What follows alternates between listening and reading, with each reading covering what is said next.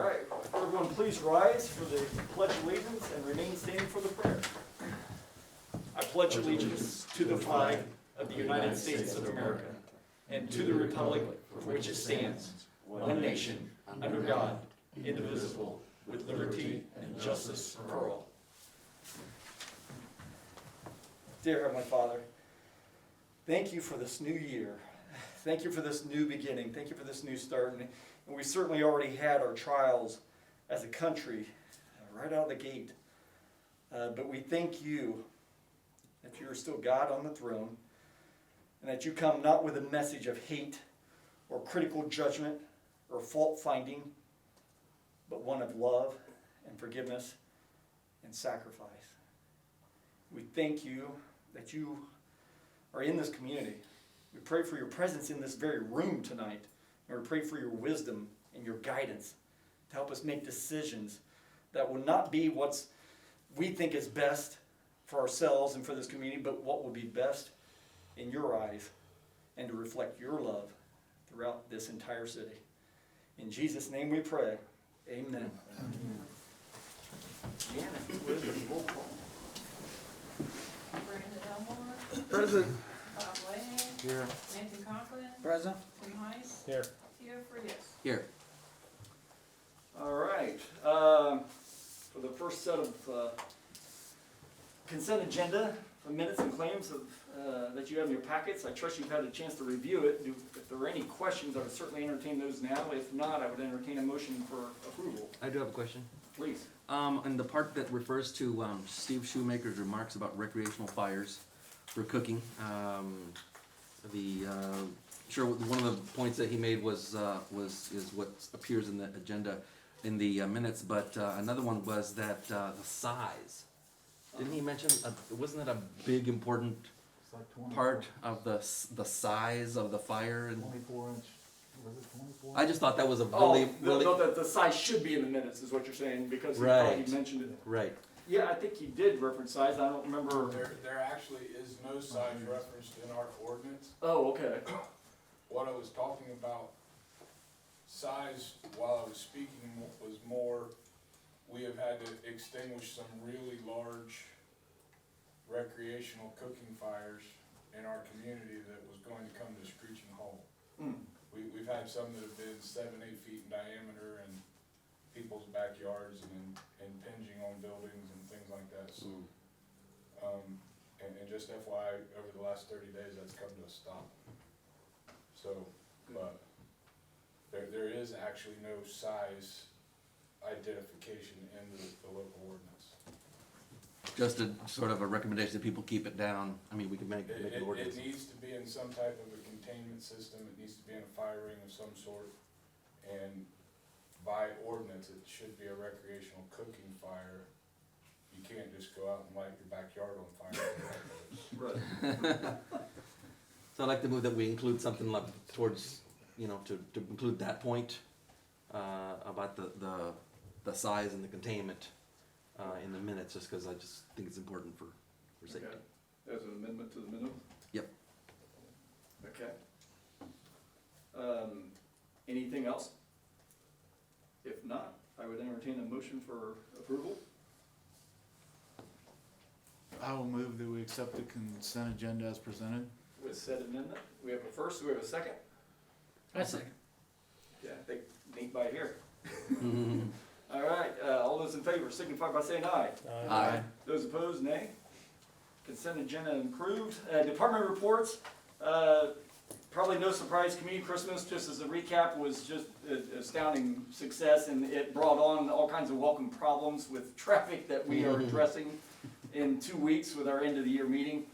And we will be addressing the parking lot proposal as well, and also ways to filter the traffic through much more efficiently.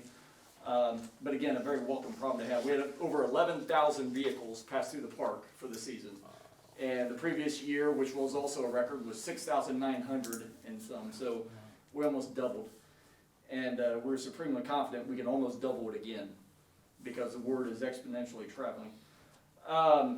And so we're going to look on capitalizing on that in the community too, downtown, for this coming season. The other thing is look for construction to begin in the spring for the covered bridge. We do, I don't know if I announced it, so we do have official approval from the DNR, Department of Natural Resources, so we are cleared to proceed. I don't have anything else. Oh, and just know there's something that needs to be said probably for Facebook chat. I do not have a Facebook page once again, nor will be getting one. I will not be getting one. I don't care what anybody, how much you beg. But my wife has one, and of course I get feedback from her. And sometimes there's been chatter in terms of, well, what are you doing to bring jobs to the community? That is a daily and weekly effort on behalf of the city. And that's discussions that we have constantly. And also, there are also jobs that are currently available. And what I've done is I've reached out to Work One, and we're trying to put something together to where there will be a link to the city website of active jobs available in Union City and the surrounding area. I've also got something I've got to say to anybody watching this that may be frustrated with what's the seeming lack of jobs or good paying jobs in the area. And this is not going to be easy to receive because I have to post it to myself sometimes in my life. But if you're going to ask about where are the good paying jobs or we want better paying jobs, we have the right then in turn to ask, what are you doing to improve yourself? Because if you're not marketing yourself, if you're not growing yourself, if you're not gaining more education, if you're not gaining more training, then in all fairness, we're only as good as what we as a city have to market. So I can't stress enough that when I say, and I said this before I took office, I say this as I'm in office, I will say this all the way through office. This community becoming better is not a mayor thing. It's not a city council thing. It's an every person in this community thing. And I cannot stress that enough.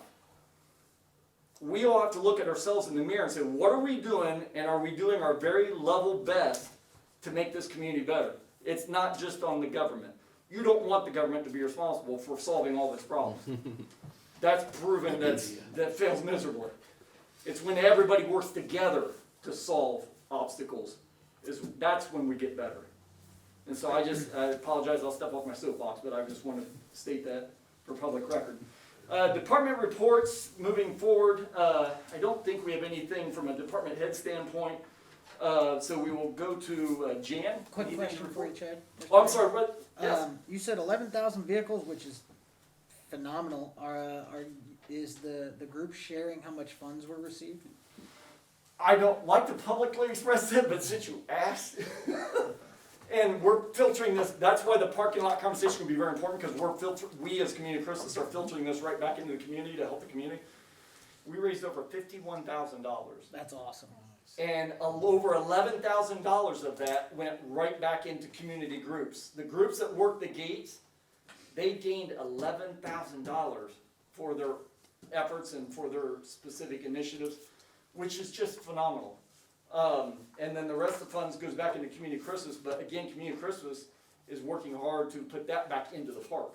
And so everybody wins. Because the parking lot, the one thing we're talking about frequently over these past few weeks, is that the parking is not just for the laser show, it's for the soccer fields.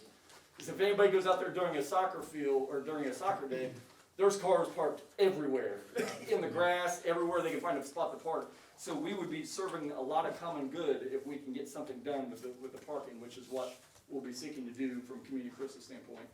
So, but yeah, it's just blessed beyond measure is what we were. It's all by the grace of God. Thanks for sharing. Absolutely. Oh yeah, Jan, did you have anything that? No, other than balancing the financials, and I have a year-end financial report, hopefully next time. But the departments all did a good job staying within their budget. We didn't have anybody that was over their budget.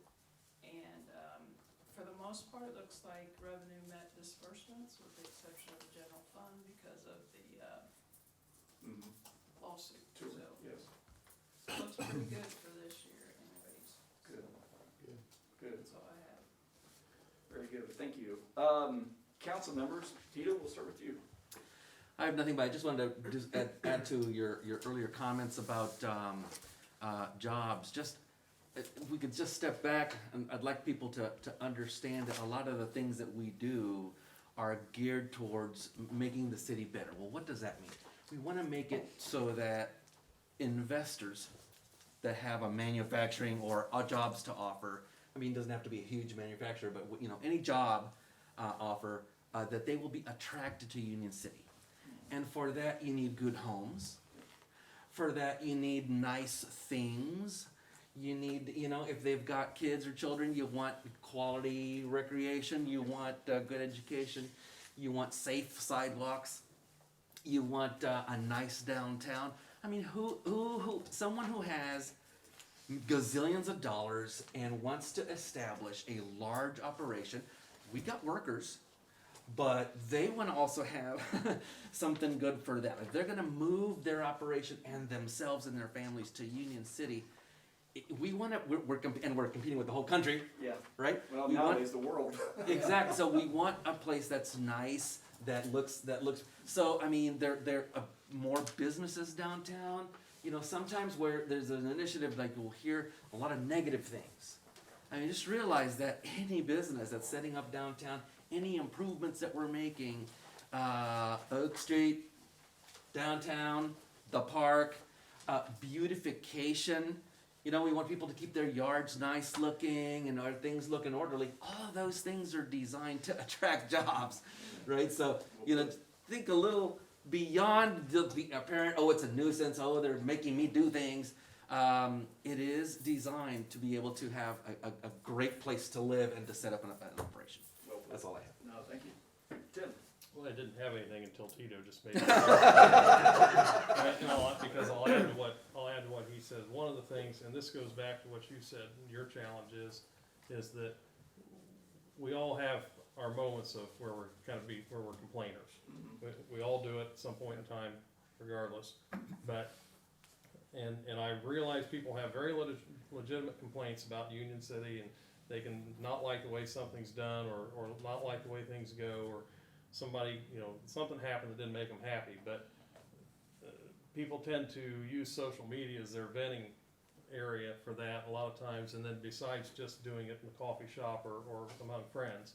And everybody needs to think, if you want Union City to be better, you need to keep that on a positive note, keep it under control, because one of the things that social media is used for is it's used to vet, and lots of companies will do this, where they they do it with their employees, their potential employees, they do it with potential places to go. What's the attitude in this community? And if they look up on Facebook and they find and they do, they have ways of getting this information, and they get a lot of information that's very negative, then that's a strike against you. So you're not helping your community by criticizing it. You're absolutely right. So That's a great not point. saying keep your mouth shut, but be careful how you speak and take a positive tone Exactly. And we're here. and constructive criticism. We're here to represent the community. So reach out to us. You know how to get a hold of us. Exactly. Yep. Phone call. Yep. Private message somehow. Absolutely. You guys have been more than accessible too, so that's awesome. No, I appreciate that. Nate? A couple different things. Oak Street, talked to the builder last week. He is very excited. Talked to Monty, and the paperwork is being drawn up for the TIF. And as soon as we get a good break in weather, Keith Payne and ARHI Building and Remodeling will be putting up 2. So if you're in the market for looking for a new home, please stay tuned. Go to their website. Feel free to reach out to myself. I can get you in contact with Keith Payne and see design options. And essentially, he's going to build 2, sell them, and then continue to build a couple more.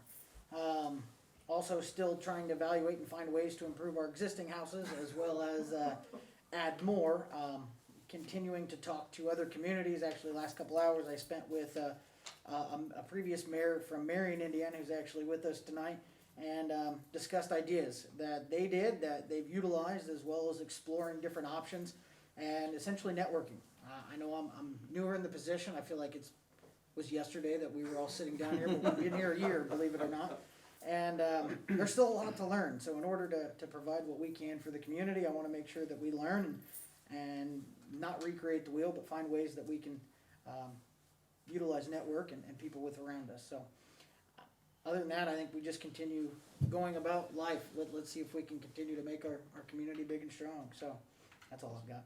Great. I'll add on, since what Nathan's working on, I had a gentleman in my store the other, Friday, asking me, do I have any houses for him to bid on yet? And We're working on it. I said, hang on, I said, I've got your number, and as soon as it happens, I'll call you, but he's very serious. Excellent. I've got 3 people that have been messaging me Alright, weekly at every council so meeting, that's- so I know I'll get it So again after we this have week. bidders. So as soon as we can get a couple of them turned open, we'll have some options for them, I hope. Excellent. Bob? I was just gonna kinda add on to kinda what Tito and Nate and Tim said too, on the infrastructure investment.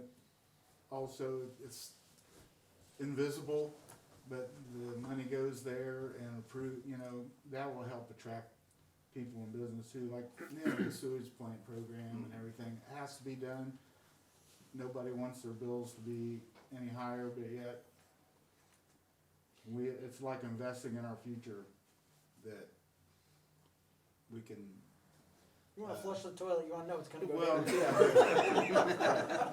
But that's things that, that are behind the scenes or kinda you don't see, but money goes to, that will improve things for future business and future, people moving here down the line. That's all I got. Certainly. No, I appreciate it. Brendan? So Randall County Solid Waste Management met for the first time this year on the 4th. A couple of updates from that meeting. The first, the electronics drop off of the season at Pollution Solution will actually happen this Saturday, the 16th, from 9 to noon. So if you have any old electronics that you're trying to get rid of, TVs, televisions, that type of thing, that computer monitors, they can be dropped off at Pollution Solution. Televisions will cost you $10, but other handheld electronics and stuff like that can be dropped off there at Pollution Solution. And that's on State Road 32, correct? Correct, as you're going into Winchester. From, trying to think, it was right past or right before the movie theater. Pass. Yeah, just past it, okay. The other thing that was discussed was some additional days in November and December for Pollution Solution. They feel like we're kind of closing the doors a little bit early when we still have some opportunity for people to come in. So those days will be announced later in the season, but I'll let folks know when those days will be. But we're thinking maybe a day or two in November and a day or two in December, so that's to come.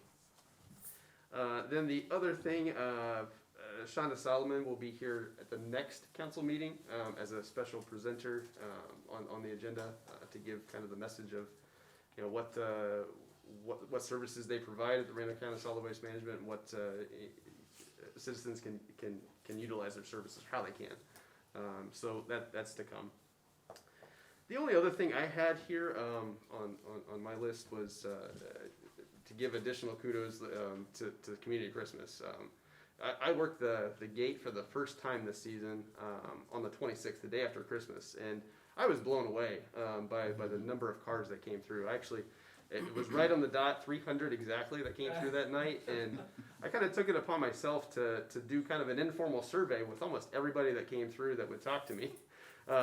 Sometimes I talk too much and had the line kind of backed up, but it was really interesting to see or hear from where people were from, because I would ask most everyone. I started the conversation off, well, hey, where are you from?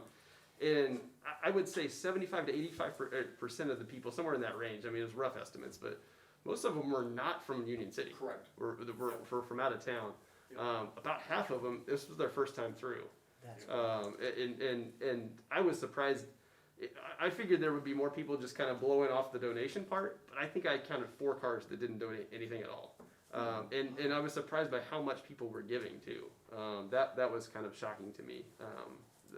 That the average donation was between $5 and $10.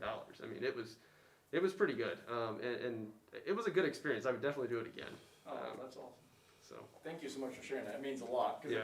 To give you perspective, I've been doing this since it started with Larry, and I worked a night. It was like a second or third year. I was out there. It was a couple days after Christmas. I was sitting in that little booth. It was like single digits with the windshield. I had 8 cars. 8 cars come through the whole night. And trust me, I didn't ask a single one of them where they were from, because I felt like I didn't care, I'm so cold. Oh, no. But it's one of those deals where it started, if you remember, if anybody in here was at Community Christmas when it first started, it was a pretty little band of lights. I mean, it wasn't very big at all, but we just kept at it, we kept at it, we kept at it, we kept at it. And it's a good reminder to all of us, if you start something, it's like exercise program, diet program, education. There are gonna be a lot of days where you're like, what am I doing? But if you stick with it, it really can pay off. And Larry said to me at least 3 times this year, I never thought it was gonna be like this. I never thought it was gonna be this big. You know, it's blown his expectations. Yep. And again, I think we're just on the cusp of what really is possible. If we tie this downtown into, we've already got the street design, the tree designs for the poles. Monty's already been in contact with AEP. We're gonna do wayfinding the trees, lit trees on the side of every pole down Chestnut eventually, and then down Columbia, and then down Oak. And what we wanna do, I was talking about this with Nate the other day, we would love a big long line of traffic on Division Street sitting there, waiting to get into the park, one for safety perspective, but also those people could be looking across the street, there's a brand new house going up right over there, you know? So we're marketing ourselves, and we're drawing those people down through town, because we want them to have an overall experience of the community. And to do that too, to do it right, you want to have the downtown lit, you want to have the music playing, everything. So we're going to get there, and I appreciate you sharing that, because that's a blessing. Alexandria, I know you guys have finally, you guys are back at it this week. You actually were back at it last week, weren't you? Yes, we were. It feels great to be back, honestly. That little break really is good, but it feels great to be back in school. Again, we're still back on that hybrid schedule every other day. It's going pretty well, actually. I think most of us kids are used to it. We're still, the online part's still kind of getting to some of the younger kids, but they're gradually getting there. Everybody's still masked up and everything. We still don't have a problem with that. Our COVID levels are very low. We haven't had any, at least that I know of, we haven't had any at all, like this year or I think in December we didn't really have any either. So we're doing really well That's with excellent. that too. So That's phenomenal. That's yeah. great. Mhm. Well, you guys have done an outstanding job. Moving on, Monty, anything you'd like to report? Yeah, we have received a bid for the 120 Oak Street demolition Okay. from Logan Ray. That's the large house across from the laundromat. Yeah. So we've got a bid from Leal Excavating for $31,000. We have a bid from SBI Schroeder Brothers for $24,650, and Logan Ray is $21,500 for that. So whatever we want to do. Was that discussed at the Board of Works? No. Okay. I was just curious if they had a take on it. And Monty, Logan Ray was the one who did the home on Pearl Street, correct? Yes. Yeah, that's what I thought. This, the good, bad, and the ugly. The good part is, that's an opportunity to take down a major eyesore and possibly a spot that will attract not only infestation, but also maybe future vandalism or problems. The bad is, it doesn't qualify for Okra's blight program that we're applying for. I know, I agree, Nate. That is only commercial owned property, do I understand correctly? Commercially, Yes, or only commercial property. So the buildings, all the buildings downtown, we're looking that we need to level, not, I shouldn't say all the buildings downtown. The couple of the buildings that have been condemned that need to be brought down, it would qualify for that. And that's a 90-10 grant, so that's a strong grant. But again, it would not cover this house. The ugly part of it is the price. You know, it's not cheap. Thank goodness we do have at least one that's less than the other two by a fair amount. But It's gonna be a pretty intense job. I mean, it is. It's not an easy one. And then I don't, Tim, you've been at this a long time too. I don't know that you're going to do any better than a 21 that's quoted. I don't think you are. I mean, that's. I don't think so. I really don't. As much as Yeah. I'd like to say that it's possible, I just don't think it is. I don't either, because good grief, Number one, the one bid was 34, is that right? Or 30, Yeah. 31. 31, still, 31. 10 grand more, Yeah, and- 31. 31, and then the, Well, you got multiple strikes, it's limited access on 3 sides, Yep. or no access on 3 sides. Yep. It's close to other structures, and it's not even a good reach from the lower area, from the street. because it's elevated.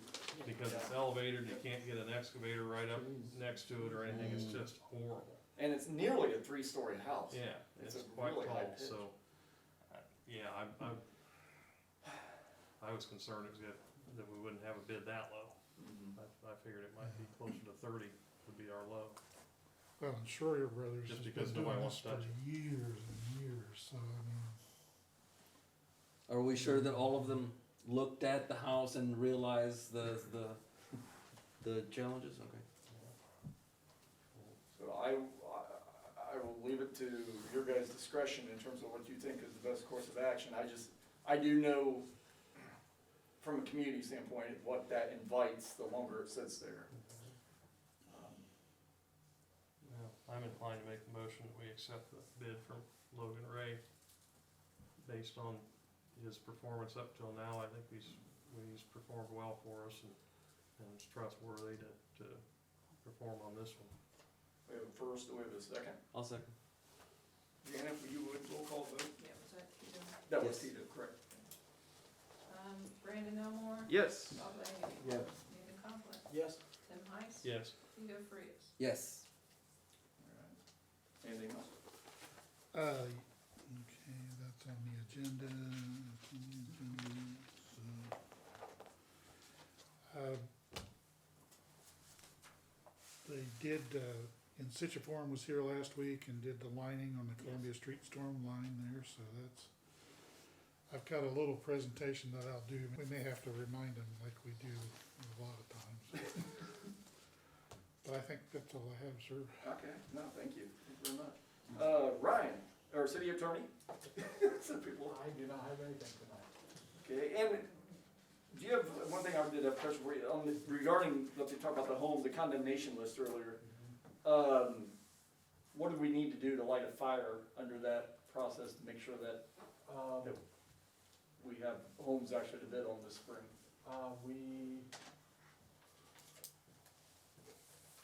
basically, I need to start, I have several lined up that are ready to be filed. Once those get filed, then I would say within 3 weeks, we should have our first hearings. So, and is there anything that would prevent us from having them filed? Okay, you know, So say, we've got like, I don't know, 8 or 9 of them ready to go, okay, so, how many can you file in a week? as many as. Well, how many, okay, how many is realistic for you to file in a week then? I mean, I could file all of them. Okay, so do you think by next meeting we'd have all 9 of those filed then? Absolutely. Awesome. Now, the city will have to pay the filing fee on each of those. And what is the filing fee? Is it, I know it's not cheap. 180. Okay. But yeah, we have to. If we're tripping over $180 fine fees because we don't wanna take the steps to get these houses taken care of, then we really don't wanna do anything about housing. Right. Yeah, we'll go ahead and do it. Okay, excellent, thank you. Moving along, we have no presenters on the agenda, we have no old business, considering we're in a new year, but we do want to elect a 2021 council president. And I'm not trying to blow smoke up your tailpipe, Tim, but we are blessed big time with Tim having served as council president this past year, because Tim's got a lot of expertise and a lot of experience on the council. And he's also in a council that features 3 brand new council members. And I know what it's like to sit up there as a brand new council member and you're scared to death to have to be in a position where you gotta make all kinds of decisions. And so Tim has graciously accepted that role this past year. We got pretty lucky. I mean, you can't see our facial reactions when we're like, I don't know what to say. We got a mask this year versus previous years that didn't have that blessing. I felt the exact same way the first year I served. So we do need to open up though by protocol for the 2021 council president election. And Jan, there is no stipulation as to, You have to have served, you know? yes. For length of time, no, not, no. So anybody is fair game on the council. So I would hereby accept a bid or nomination. Nominations, Yeah, Bob? I nominate Brandon Elmore. All right. We have a nomination on the floor. After checking with him first. After checking with well, I didn't see him give you a right arm or a hook, so. In that case, since you checked, I'll second it. All right, we have a first and we have a second. Jan, if you would roll Didn't call want to have vote him mad at both of us. for nomination of Brandon Elmore as council president. Okay, Brandon, Brandon? Yeah. Yes. Blake, Yes.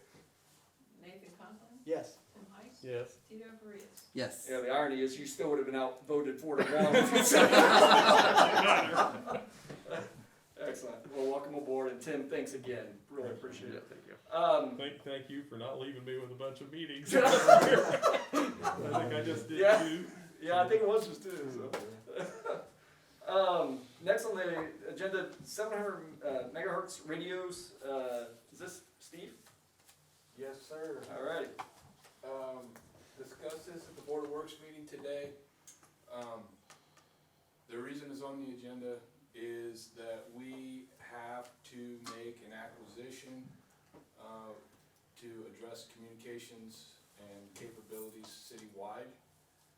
Randolph County is updating their platform for radio communications. It's moving from 800 megahertz to 700 megahertz. It's going to be a phase 2 platform, which all that means absolutely nothing to you guys. What's important for you is that to move our communication capabilities, fire, EMS, police, utilities, and the city building to this platform, which is head and shoulders above, better than anything that's out there. It's going to cost $177,000, and we need to be prepared to do that for May 1. A big chunk of that is also updating the police department's body cams that are 6 years old and their in-car camera systems, which currently they do not have. They did away with that to go to the body cams 6 years ago. So we need to bring that technology up to date also. It is all technology, so you can imagine that over a 6-year period of time, it's not even serviceable. Yeah. So we have worked with Dave Keyser on possibilities for grant funding for this acquisition. Today at the Board of Works, and Tim, you can correct me or jump in here. The Board of Works was almost, by the end of the conversation, they were almost leaning towards looking at the possibility of just funding this to the Indiana Bond Bank. That's completely up to you guys, but again, there's the information. We have to make a decision soon. I don't know when or if the grant funding window will open. That's kind of where we're at, is kind of waiting on that, but we don't know when. So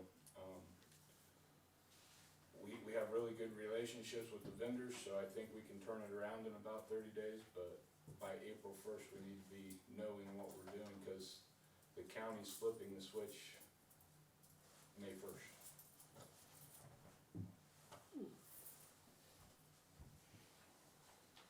Yeah, basically what the Board of Works was looking at is that we need to make we're gonna have to make the move on the radios regardless. The tie with the body cams and car cams is natural, and this takes our municipal employees in too, which has some real benefits that we haven't ever had in that. For instance, one of the things that the system has is a actual functioning man down button. So if you have someone that goes down and an officer's down, it not only gives that signal as the officer's down, but gives the GPS location. Wow. That will also be in place for our municipal workers. So consider we have an on-call worker that goes to the wastewater treatment plant on a Saturday afternoon or Sunday afternoon or in the middle of the night or anytime or goes anyplace. Most of the time, almost always they're by themselves and they have a fall, have something happens to them, have an injury or they're incapacitated. They're in that system too and will have an emergency beacon on them. And so we get that, besides our officers and our fire department having that, we'll also have that within the municipal departments. So we still, and the board was basically, we still wanna pursue the grant funding, but we need to be prepared either way. And we talked about the fact that we can, as long as we commit to it, we can make this happen, and if we're not funded through grants, then we'll have to go to the bond bank. And that's something that can be paid through regular budget, over the time. Yeah. Probably, we really discussed 5 years, within 5 years, and maybe shorter. Question for you, Steve. How much is the county investing to get this system up? Do you have any idea? I don't know the exact dollar amount, but it's in the millions. It's about a $3 million upgrade. Around 3 million. And is this the one that's tied also to, Countywide broadband. countywide broadband? Yes. Okay. Yeah, Yes. basically what happens is right now we're operating on 800 megahertz. It's managed through IPSC, which is an alphabet agency in the state of Indiana that manages the Indiana State Police public safety radio system. The disadvantage and why the county chose to move away from that system is basically IPSC manages the license, so they control who's on it, who isn't. In our geographical location, we have reasons why we need Ohio agencies, we need the Ohio Side Utilities Department, we need other people to be able to operate on our platform, and IPSC will not allow it. So by the county building their own platform, it improves everybody in this region's safety because they control the licensing, they control who's on it, who's not on it.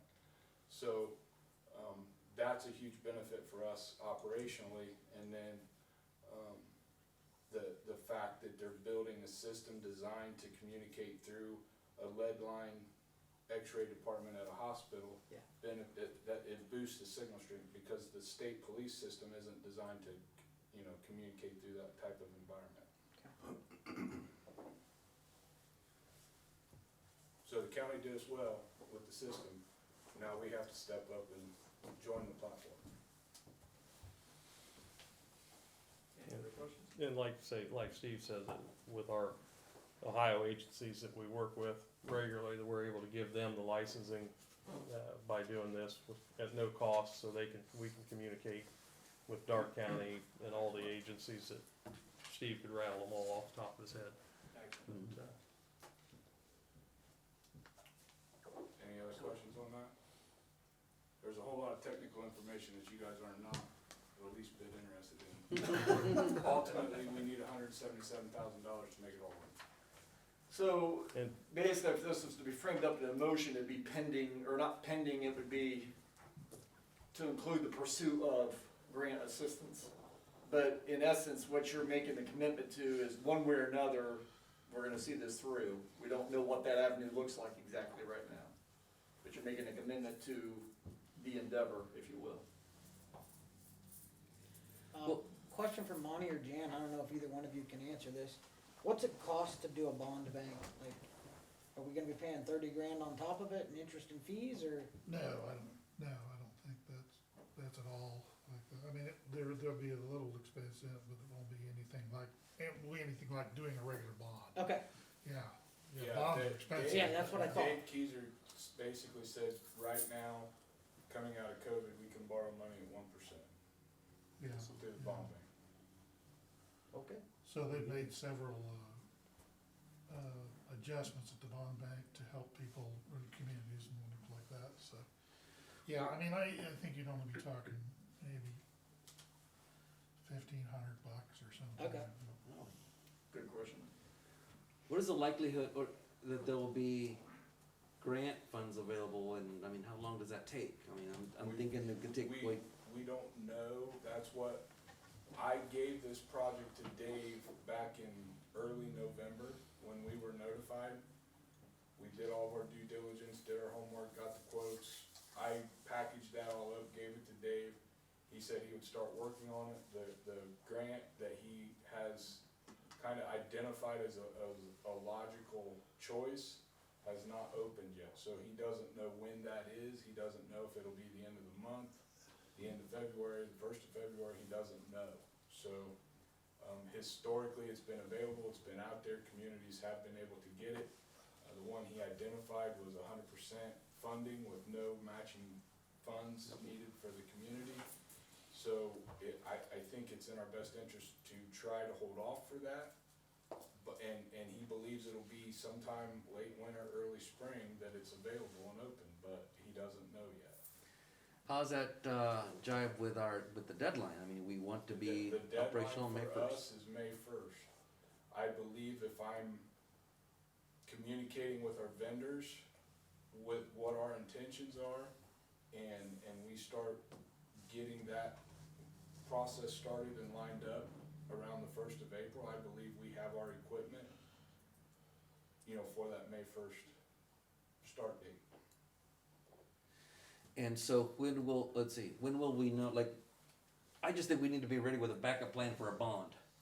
If the grant doesn't come through, or another town gets it or whatever. Yeah, I don't know what that looks like, and again, the only reason I'm addressing you guys tonight is because I want you to be on the same page that I am on as of right now, January 11th.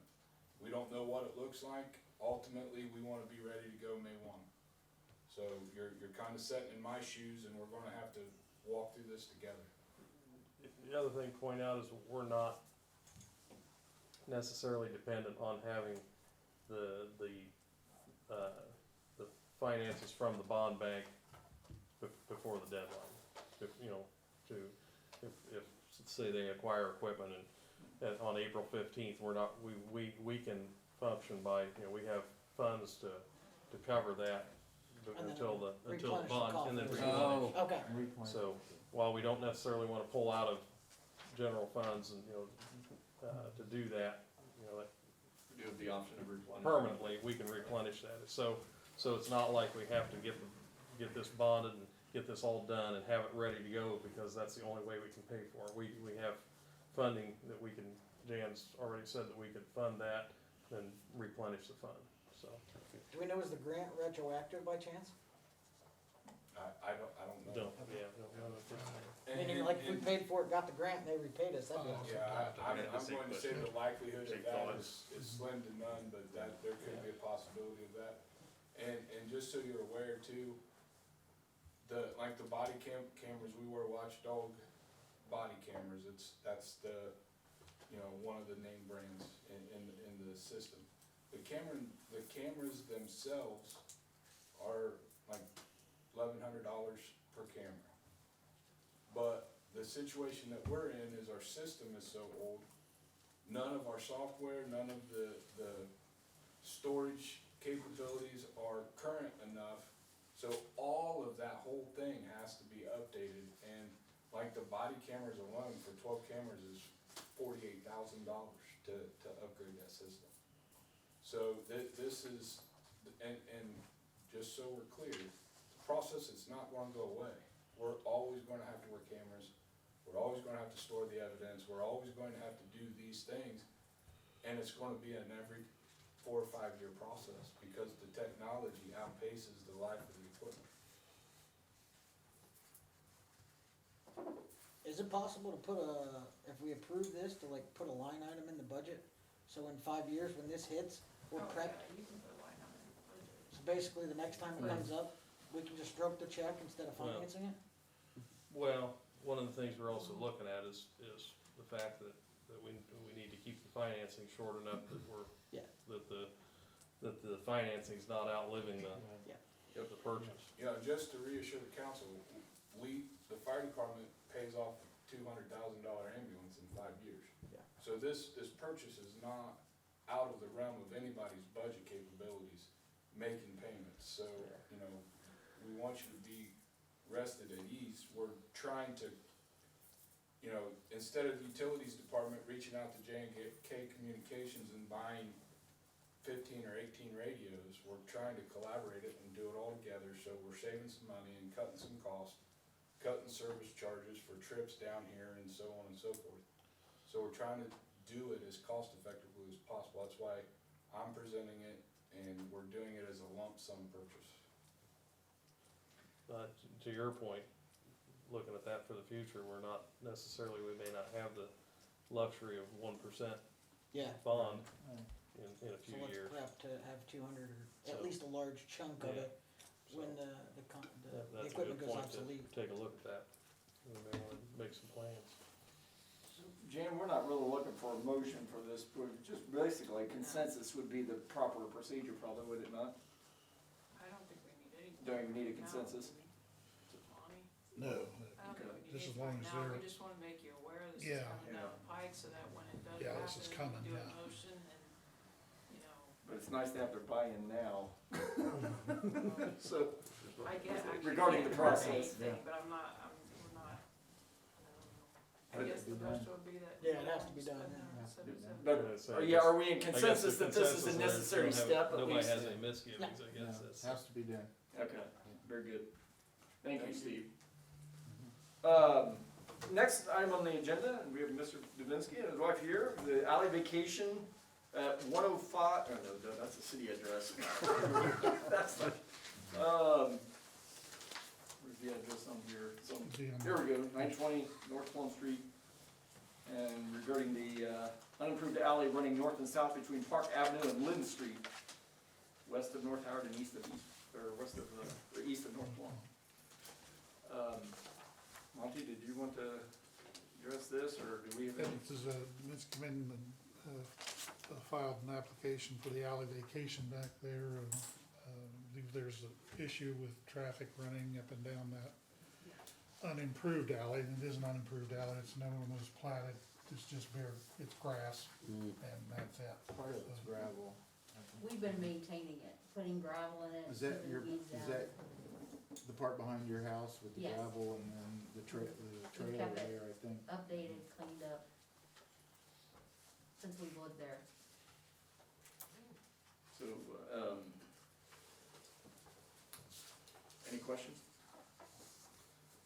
Well, I don't know if everybody's aware, there's utilities in that right away, there's storm sewer and sanitary sewer in there. Okay.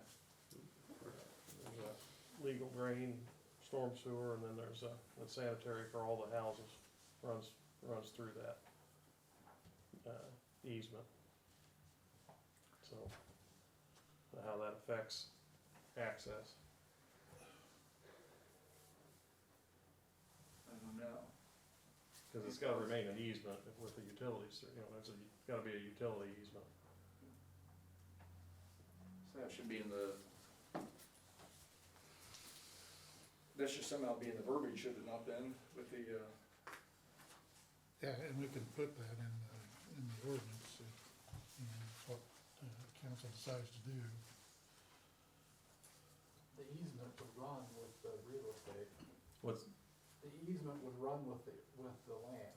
It runs with the real estate. So you vacate that alley, then every landowner owns to the middle. So if I recall, I looked at it, yeah, there's what, like 3, 4 houses there, 4 houses? So on either side, the landowners would own to the middle, but that land would come with Yeah, 3 on this, Easement. 4 on that. for the for the utility. utilities. Yeah. Okay. Thank you, Ryan. So that means that it couldn't be fenced in? Well, as long as it doesn't cut off access to the, Yeah, anything that's put in there, Tim. if we have to get to that, repair that sewer line, Power? it'll have to come I down. don't think so, I just know this, Or maybe if you had a I gate. can't say for sure, I don't think so. Oh, yeah, yeah, as long as you, yeah, but you couldn't like build a garage over or something like that. Well, you could, but then it'd have to come It'd be down. So too why close would to you do the it? property line. Any other questions? Is there intention for the property? Do you guys have a reason why you wanted it done? Oh, we also to know our reason. Is there a reason for why you getting want it the done? property. Because there's people keeps going through the alley and they fly through there. It's a vacated alley. It's been that way ever since the Regal factory shut down back there. And they drive through there and it's all mud back there and Except for our end. except where I've used it. And they're from the other end north, it's all grass and mud, and they go back through there and they just tear it up. They just slide around back there and they throw mud all over back there and, you know, and they just keep tearing it up. And there's no reason for them to go through back there. It's been shut down for a long time. Yeah. And, that's the reason we wanted to shut it down. There's no reason for them to be driving through back there. And it's kids, basically, when they get out of school, they come down through there and they cut through the cross. It's a faster way for them to get around through back there. And that's why we're asking for them to shut it, you know, to close it. That's the main reason. And we've had We have a trailer, we've had a set now. trailer rammed up into our gate, and we've got damage back there, and there's just no reason for them to be going back there, you know? And that's pretty much the reason we They've just damaged think the trailer, they've damaged our fence, which is within the legal, you know, a place to put it, you Yeah. know, I believe it's legal. And, you know, we've had a lot of, over the past, we've had a lot of criminal activity back through there. The fence for the church has been vandalized. We have had vandalism to our property back there and shutting it down and, you know, of course, you know, being able to getting to the utilities back there, where it all comes out, how it flows and everything, because it's important to our home. Yeah. That things flush, that things work. You know, of course, access to that is important. Yeah. I mean, we're not gonna put a building on it, we're not gonna do anything back there. You just want to, I guess, secure it back there so that, you know, my dog doesn't get hurt, or someone vandalizes my property. You know, it's more of a security thing. And, you know, there's no reason for people to drive like a fool we're gonna through leave there. well enough the way it is, we just want it shut down, so there's no traffic flying through there, that's all. Right. That's Are all there we're asking. vehicles that are going? Vehicles? Yeah, vehicles will travel through. There's been a lady that's hit our trailer and shoved it into our fence, where we've had to repair the fence. And then it upsets, you know, we're dog lovers, and, you know, if you're messing up, he's a German Shepherd, he's 8 years old. You're in his territory, he's going to let you know that. And he's very territorial, you know, he watches out for the neighborhood, you know, cats and rabbits and things like that. But it's just, I mean, you can't help that. But what I'm saying is that, you know, this is a concern because, you know, if we park one of our family vehicles back there, and, you know, it's at night, you know, vehicles are reflective, but they just fly around, you know, people's vehicles that sit there. I've put 18 ton of gravel from Park Avenue to the end of my property back there where I put my trailer back there, and from the rest up to the north, it's just grass. It's just grass and mud. Nobody else uses it back there. And so that's the part they drive through there, and they just slide around back there when it's mud back there, and it's just a mess. Yeah. I mean, they've thrown mud all over the Baptist church's fence, and they've just ruined it back there. And I went back there and cleaned it all up for them, and it just continues to go on. And I've talked to Brad about it, and we've talked to Covey, and I've talked to Steve about it, and we just need to stop it. Need to do something to stop it, you know. So for the longest time, I put my trailer in the middle of the alley, and we stopped it. Well, now we're gonna find out it wasn't vacated, so now, you know, I moved the trailer over, so we opened it back up, and now they decided to start doing it again, flying through there again, and it's just getting to be a problem. It's not a very big section, Yeah, it's not a very No, big it's not. section, yeah. not a real big, that, you know, you would need to get that much speed to go through there. You know, to do that, you know, and like I said, it's a safety factor, because, you know, we do have a dog back there, we do have our trailer there, you know, and it's just something we needed to bring up and kinda talk with you guys to see how you kinda feel about it, and as long as, you know, we're not gonna put a building on it. No, it's just leave it the way it is, basically the way it is now, just close it.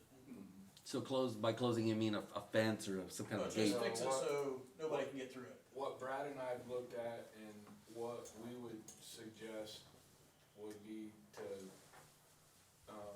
just put a couple pieces of K-rail at the back or at the north edge of where they put because they are right, 100% of that beyond where they've got gravel is completely grass. It's a low-lying area, so anytime it's damp or wet, they do throw mud everywhere. You can visually see the ruts. If we put a couple pieces of K-rail where on the north edge of their gravel, it's going to shut the access down. People won't be able to get all the way down through there. So that's not going to affect any other property owner on Plum or on Howard. It's going to literally be on the north edge where they've stopped the gravel. Yeah, my question, I've had a little bit of experience with some easements and so forth, with another, not in Union City, elsewhere. So one of the questions I would have asked for Ryan is that, what are we gonna run into if that's closed, but there's an easement there as far as the property owners restricting access to it? Cause I don't want them to get in a situation where they try to restrict it and then somebody says, no, you're outside of what the law says you can do as far as restricting access. Cause at this point, for instance, if we put a couple pieces of K-rail there, that's the city doing it on city property that the city has easement for.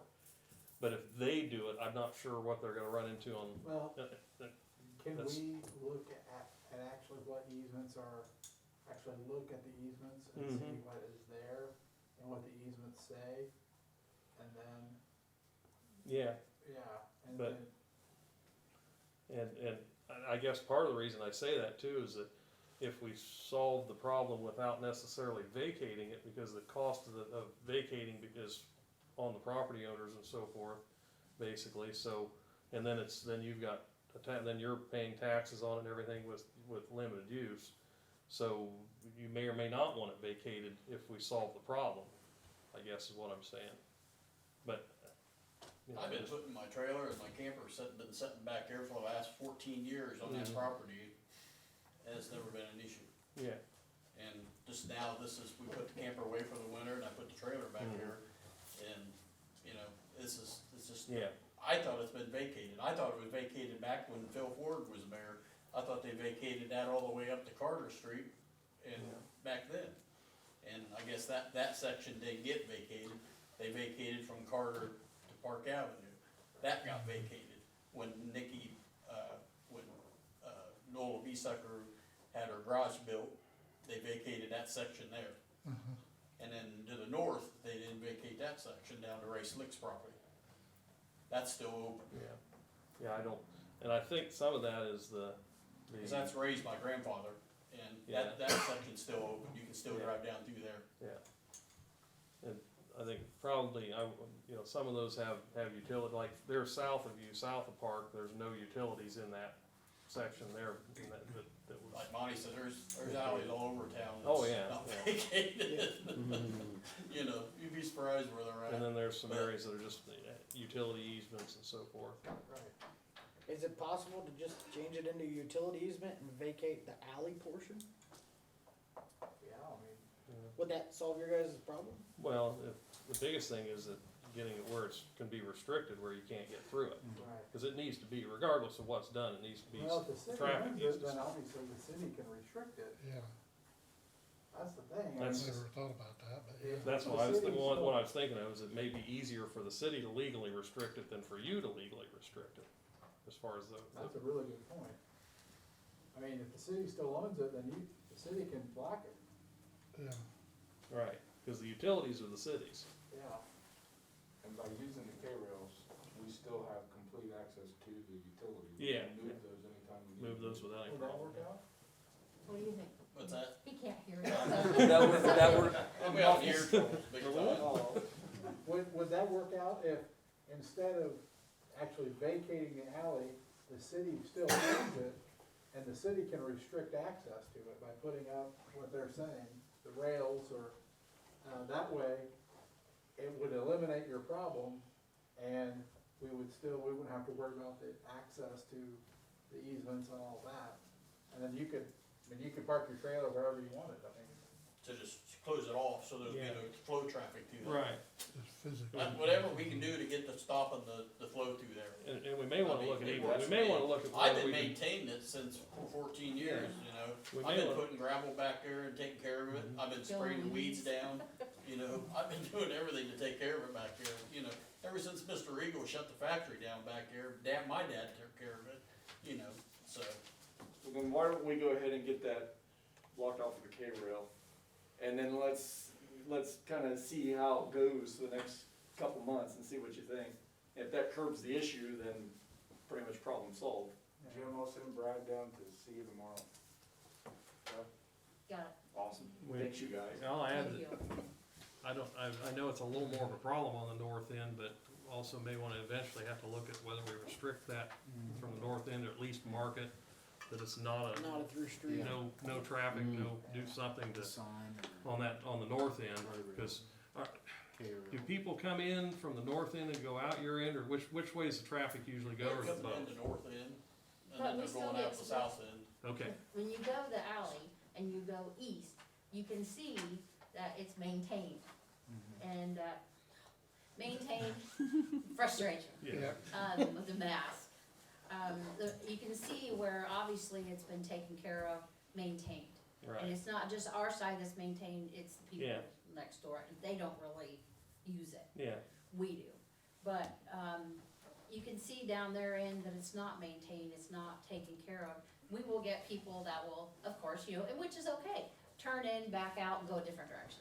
Yeah. That's fine, that's not You an can't issue. even tell it's an alley yeah, until you come up to Till you behind get my up there, place. right. The rest of it's just all grass, but then when you Right. come up It looks behind like my someone's place, yard. you can see it's an alley, cause I've put, like I said, 18, 20 ton of gravel. well, that's back why I there, wondered Cause I whether, put my trailer whether back people there. were going in from your end and then Yeah. ending up in the mud, or if they were coming in They're from the coming other. from the north They're coming from the primarily, north, okay, and then, then they see like, oh, hey, there's a trailer there. I mean, it's a 16-foot trailer, Yeah. 5 foot wide Yeah.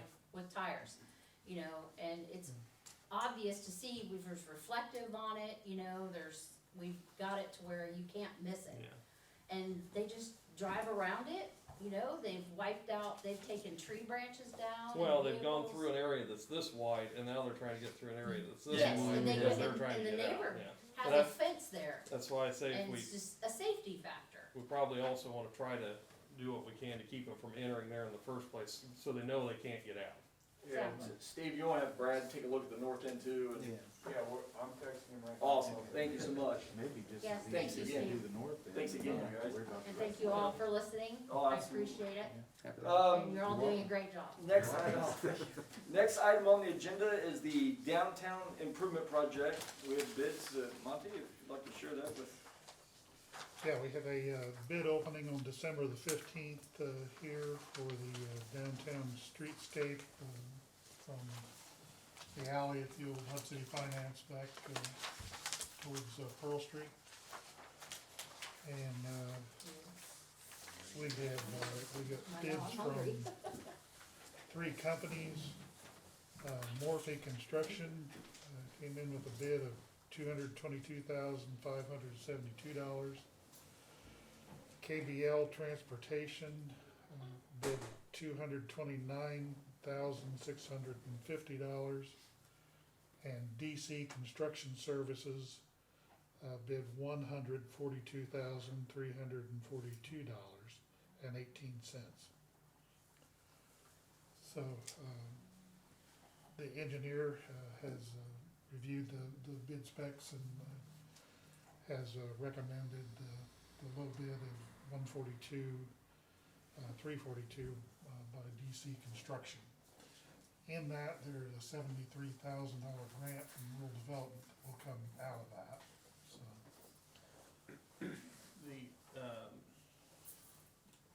Does the engineer have, I've not heard of DC Construction, not that I've heard Yeah, of they- everybody, but Yeah, is the engineer comfortable with them as a, they have worked with them before Okay. and felt like they were a good company. And to give you guys some insight to what we look like from a year perspective, hopefully you received the email I sent that showed breakdown of what our anticipated commitments are to grants throughout the year from matching perspective. So you know from a budgetary standpoint where we would stand with this. Any questions? Also, just to make sure you know, this is a scaled back streetscape. So it's not going to repeat what's on the other end, at least in this phase. There'll be some sidewalk replacement, and there'll be, the tree wells, planting wells will be put in, and trees will be put in, and there'll be some lighting, modifications, but yeah, it's not gonna be, cause that was over $500,000 up there for that half block, so. Which include the bump outs, and Yeah. this won't include the bump outs. Yeah, we won't have to. But the other modification will be made in effort to match, to bring it all together and match what's existing. Or mirror.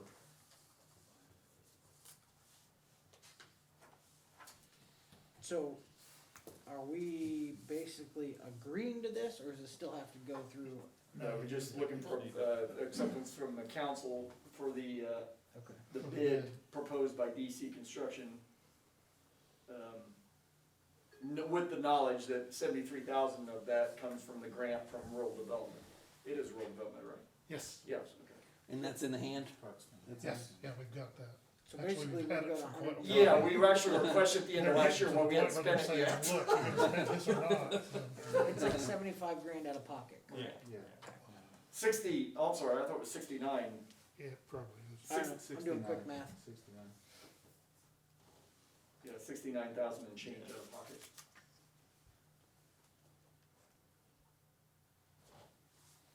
What's their time frame for starting? Soon as spring? Yeah, yeah. I move that we accept bid DC Construction Services for $142,000 and change, where it will do the city streetscape. We have a first, so we have a second. I'll second. We have a first and second. Jan, if you would, roll call vote. Brandon Elmore, Yes. Bob Leahy, Yes. Nathan Copeland, Yes. Tim Heiss. Yes. Peter Frias. Yes. Alright. Next item on the agenda, ordinance 2021-01, which is an uncontrolled parking of vehicles, and this is on the first reading only. This is basically stating, as you see there in the proposed ordinance, to make it unlawful for a car to be parked, or a vehicle to be parked in the front yard or a side yard, or in a rear yard that abuts a street. Basically, this is, in the genesis of this is to encourage people, A, to utilize either their driveways or provided parking on the street or their garages, and to eliminate unsightly vehicles being parked in yards, ruining yards, rutting yards, and in which case that also negatively affects adjoining property owners. And so that's the genesis of this ordinance. And you guys have hopefully an opportunity to review the language, so I can entertain any questions that you might have at the moment. I have a Yes, question. yes. So in the section on enforcement, it kind of goes straight to citation. And I'm wondering if we can insert a provision that, that the officer would first issue a warning or a request for the person to stop doing that. I mean, I wouldn't want someone to be fined all of a sudden, straightforward, just. Well, and for what it's worth, Steve, I don't know if you want to interject here, I know we don't have our chief here, but Gavin, our ordinance enforcement officer, that is normal protocol for him to issue a warning, and they have 10 days generally to correct. And Chad, yes, and I haven't reviewed this, I just kind of looked over it grossly.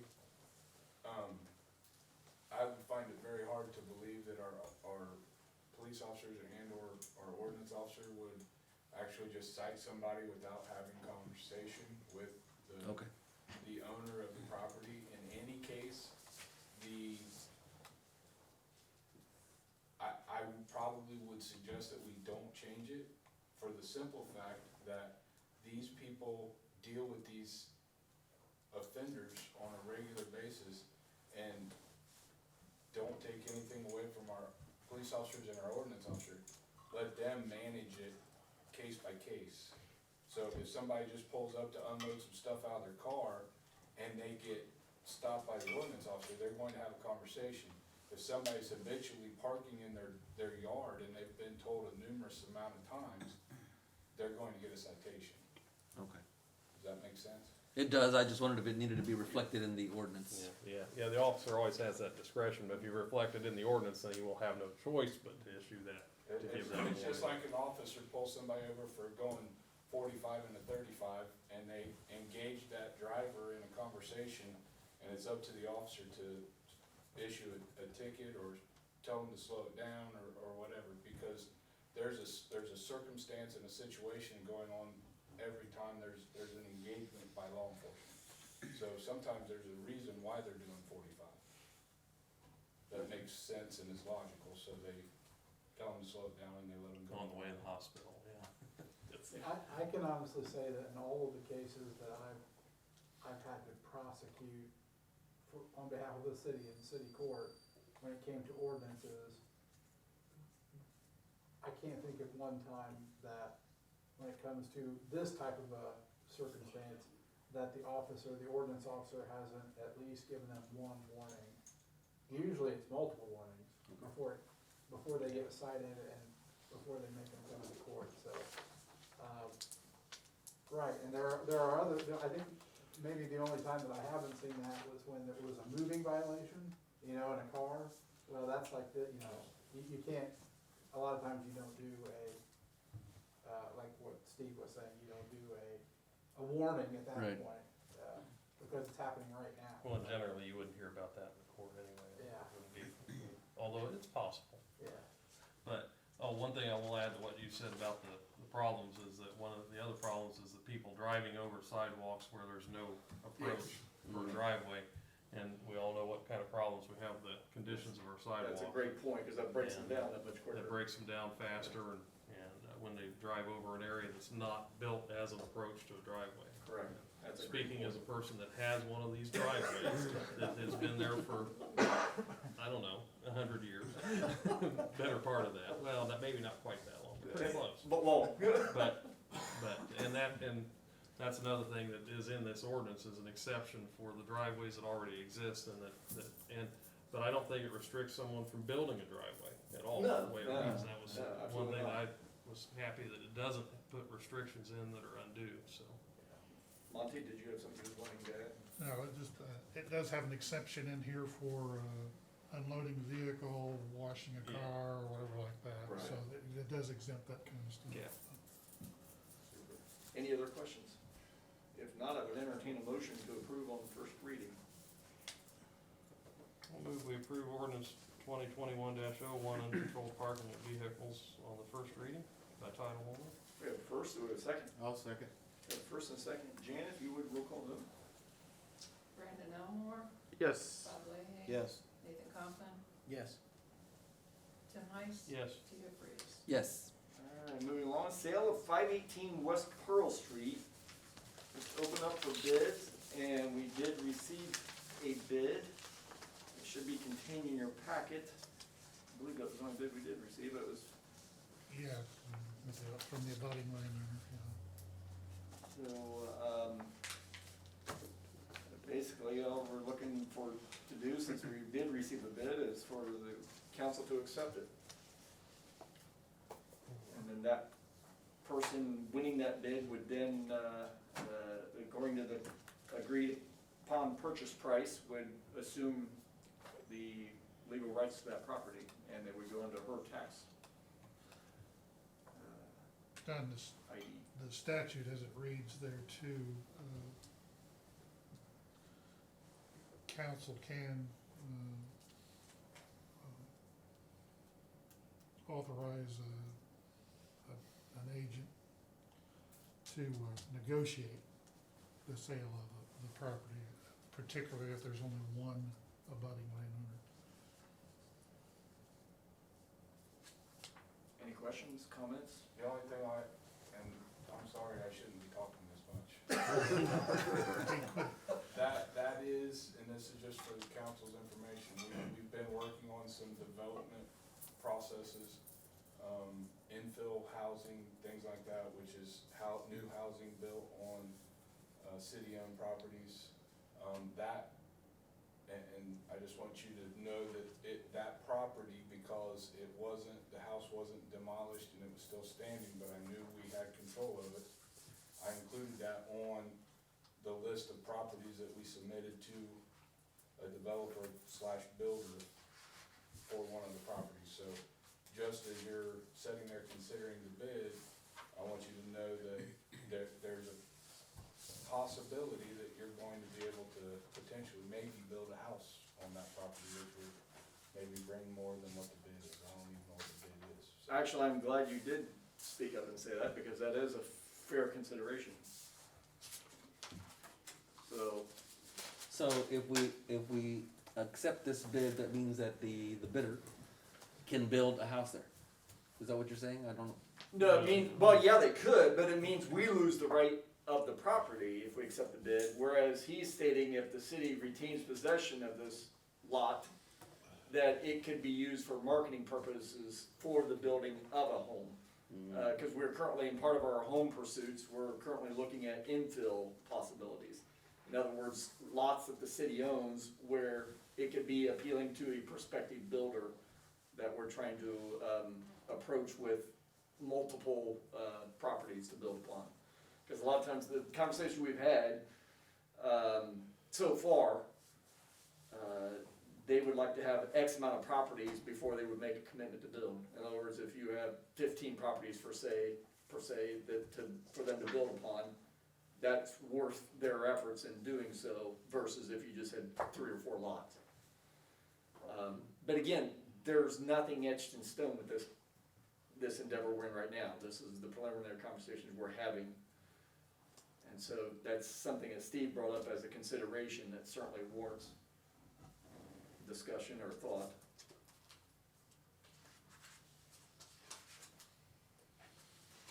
Or not. I mean, ultimately, it sounds like the nuisance of the property and the problems that it was having, that the neighbor was having, is now gone. Can we simply table this till we have a further conversation with this backfill company? That's what I You was- absolutely have that right. And the other thing I'd like to just look at on that is if zoning would allow a house to be, if there's enough space, Yeah, that's. that zoning would allow a house. It is very narrow. Yeah, that's true. That might make it a moot point if we find out that zoning does not allow a new house to be built there. But it definitely would warrant being tabled. Yes, Steve. That's one of the things that the developer builder wanted to look at. So I've submitted 22 properties that we have control of or could get control of in a short period of time for their evaluation of the property. So I haven't heard back. We submitted that right before the holidays and we have not re-engaged in a conversation. So, again, I don't have an answer as to what's gonna happen, but I know that was submitted and they were reviewing the lot sizes, whether or not, you know, how big of a house could be built there. The house we tore down was pretty small to Yeah. begin with, Yeah. so the likelihood, maybe not so good, I don't know. But I think that's a very practical approach to table it for now, for us to have that information in tow or in hand. And that might make the decision even easier. Ultimately, it's January, there's not grass on it yet. No, I mean, we don't need to unfortunately, mow no, not in Indiana. it. We don't need to mow it, we can kinda have some conversations before it gets too Very too good, close to growing grass. very good. Well, we will table that then. Last item on the agenda is resolution 2021-R-01. I'm very proud to present this resolution to council, which is a resolution adopting the official city flag. If you recall, months ago, we went through the process, and we actually had alumni of Union City, a graduate of 1980, I think it was, of Union City, Indiana, community high school, that proposed several flag options. He's a designer down in Miami, actually, and proposed several different flag options, and we even incorporated newer flag options for people to choose from that incorporated the insignia that's on our water towers. And we threw this out to the community to vote upon, based on we had a large voting pool that narrowed us down to 3 candidates, and then we threw those 3 candidates out to the entire community, both current and former UC residents, and to vote on an official flag. 42% chose the version that you see down here. The other second and third place runner-ups recorded 29.3 and 28.7% of the votes respectively. As noted before the council meeting started, all three designs were really sharp and they all had their tremendous merit. But this is something that I wanted to do for a multitude of reasons. And just as a quick recap, the biggest reason was when we unfortunately lost the Honorable John Fields, previous mayor of Union City, Ohio, to an untimely death. I, being the green, very green mayor that I was, asked for the flags to be lowered to half-mast. And I was kindly informed the next day from a member of our military that I don't have that authority. And I did not realize that. In fact, only governors, state governors, and the mayor of Washington, D.C., interestingly enough, has that authority, beyond obviously the President of the United States. So I thought, you know what? We have an opportunity to have our own flag, potentially. And I want this flag to be something that embodies, it's not in any way, shape, or form to take away from the pride and the spirit and the meaning of our American flag or our state flag. But let's face it, we are all communities within communities within communities. We represent Union City, which is a part of Indiana, which is part of the Midwest even, which is a part of the United States of America, which is a part of the earth. So we're all cells inside of cells.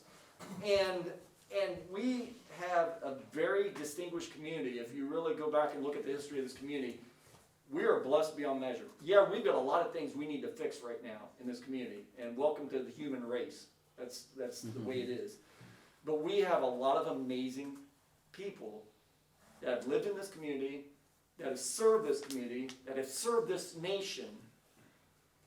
And because of that, it also gave me an opportunity. It's like if we have a former distinguished military individual, for example, like John Ford, former mayor of Union City, Indiana, it would have been very appropriate, by my humble estimation or my humble opinion, to lower the flag to half-mast when he passed.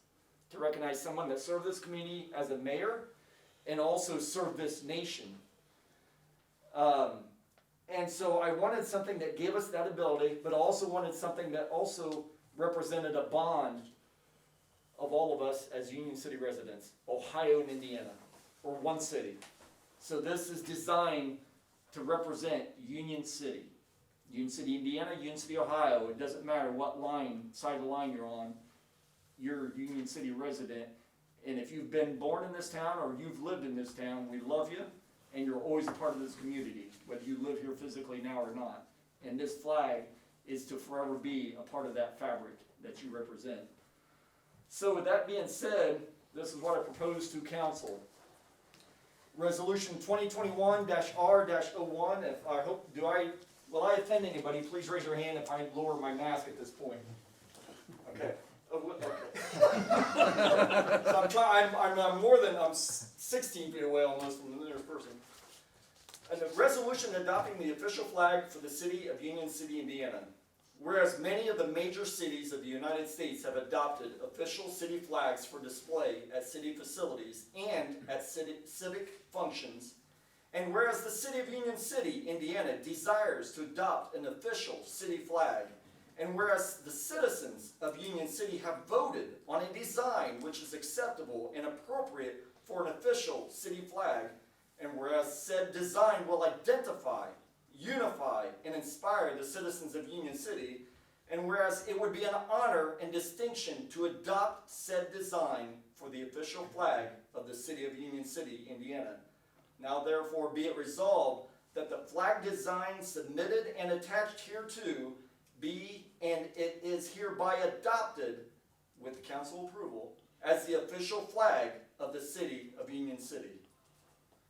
So with that being said, I would humbly ask for council's consideration for approval and adoption of resolution 2021-R-01, which is a resolution adopting the official flag for the city of Union City, Indiana on this January 11th, 2021.